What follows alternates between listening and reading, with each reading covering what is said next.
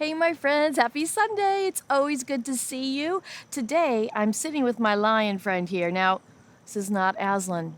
The story that we're going to talk about has some lions in it, but they're not friendly lions like Aslan. They're ferocious lions. Are you ready to hear about it?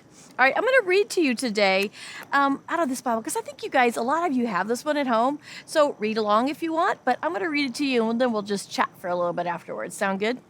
All right, here we go. It's called Daniel and the Very Scary Sleepover. Did you guys ever have sleepovers? I bet none of them are as scary as this one. So here we go. Things were not looking good for God's people. All right, we've talked a lot about this. We've had a lot of times where we're talking about, do you remember we talked about Esther, right? They were in a land, they were taken away. This is kind of a similar situation. They'd been captured and taken far from home, and now they were slaves to the king of Babylon. But God had not left his people. That is true back then. That is true today. He was with them and he was looking after them. Daniel loved God and he obeyed him. Now, God made Daniel able to understand lots of difficult things. So it wasn't long before the king of Babylon, he noticed him.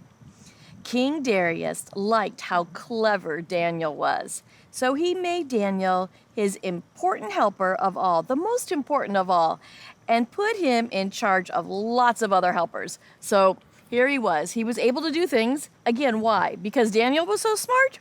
No, because of God. Do you remember we talked about that with Joseph too, right? God gives people abilities to do things because of his power, not ours, because of his. All right, but the other helpers, they didn't like this. They wanted the king to like them the best. Again, what happens when the people get peoply, they get jealous, right? When other people are put into leadership, they get jealous sometimes. They wanted to get rid of Daniel. So they spied on Daniel. They tried to find things that were wrong with Daniel. Things that they could tell the king, things they could, but there weren't any. There wasn't anything that he was doing that was wrong. None. They couldn't find anything at all, except there was just the one thing. Every day, 3 times a day, without fail, no matter what, Daniel went to his room, closed the door. Do you guys know what he did? He prayed. That's right. Daniel prayed and talked to God. They smiled to themselves. So these are the people they were spying on him, right? They said, let's get the king to make a law that no one is allowed to pray to anyone except for the king. All right, so they wanted everyone only to pray and worship the king. And they said if they do that, then Daniel will get caught worshiping God. Here's what happened. They said Daniel won't obey this law and he will be punished.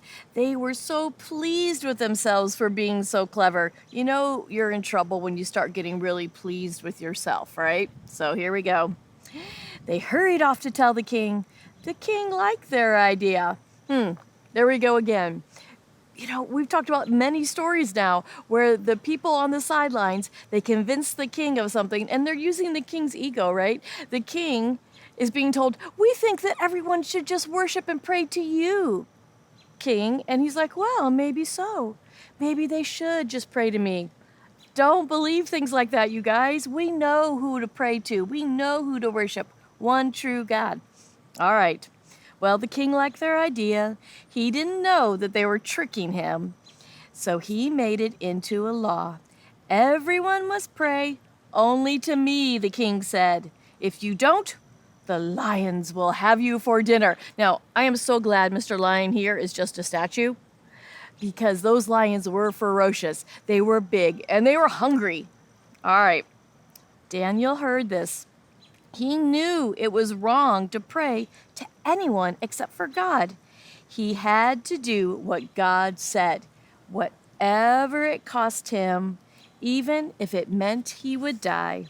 So Daniel went to his room, he closed the door, and just like every day, 3 times a day, he prayed. That's just what the bad men knew that Daniel would do.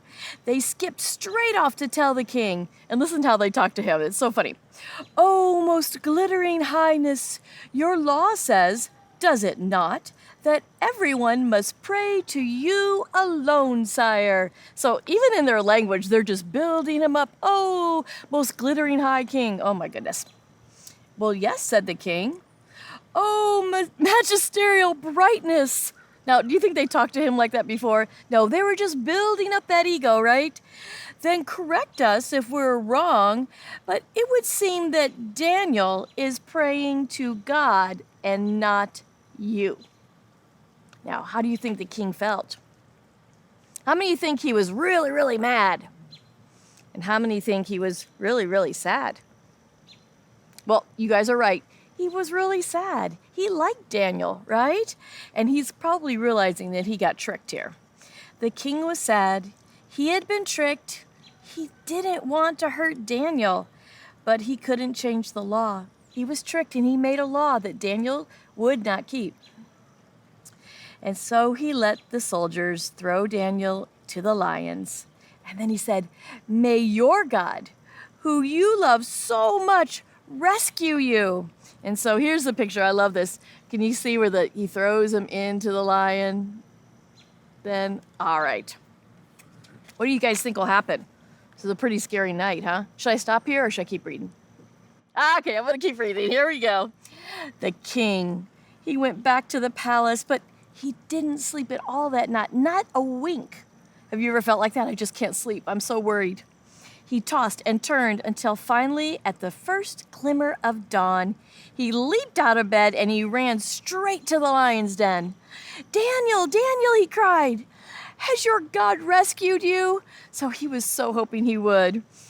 Daniel said, "Yes, he has." God sent angel to close the lion's mouth. Think about that. A ferocious big lion. And Daniel there as his supper. And an angel came and just closed the mouth. And there, resting his head on Daniel's lap, was the biggest lion, purring like a little kitten. Oh my goodness, could you imagine the sight? The king brought Daniel out of the den. "Look," he said, "Daniel doesn't even have a scratch." And then the king made a new law. Daniel's God is the true God, the God who rescues. Pray to him instead. What do you think?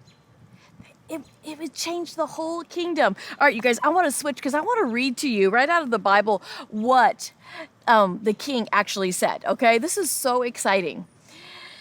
Daniel said to the king, "Oh, king, live forever. My God sent an angel to shut the lion's mouth so that they have not hurt me, because I was found innocent before him, before God, right?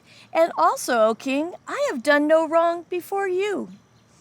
Now the king was exceedingly glad for him and commanded that they should take Daniel up out of the den.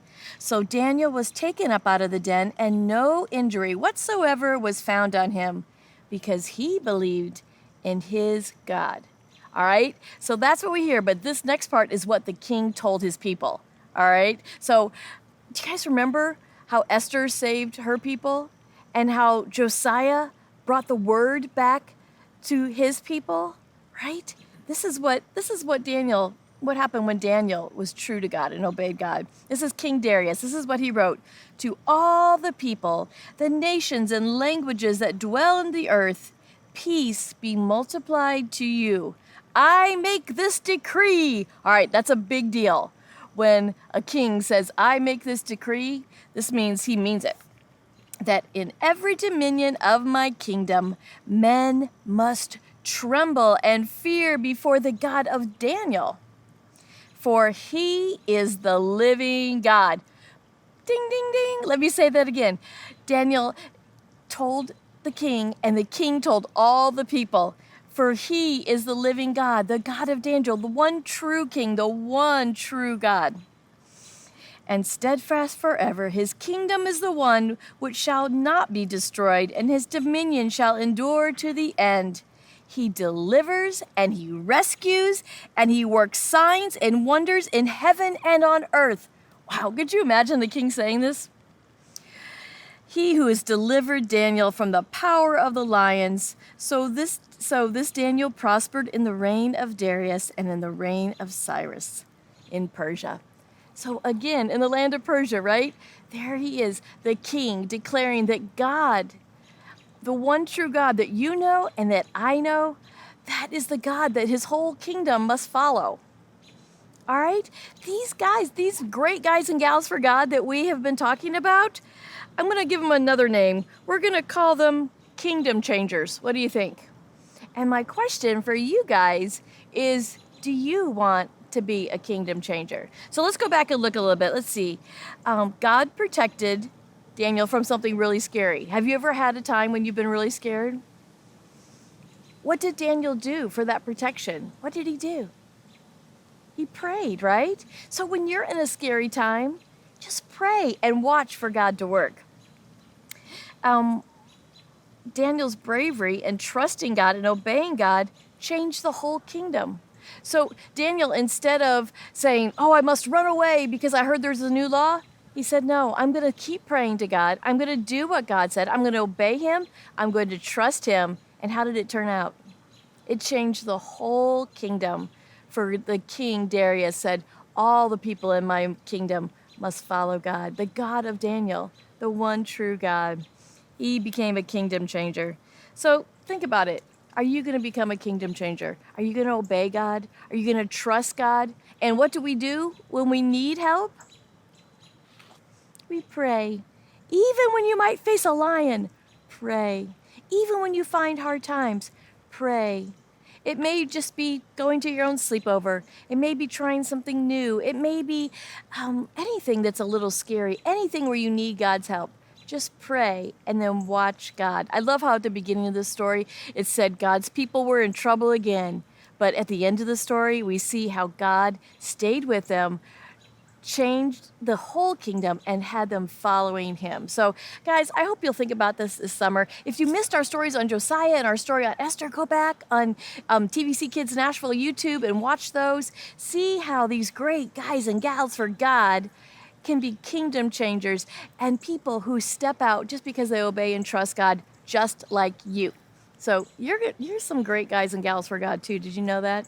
All right, you guys, I love you, and I hope to see you soon, and I'll see you next week. All right, bye-bye.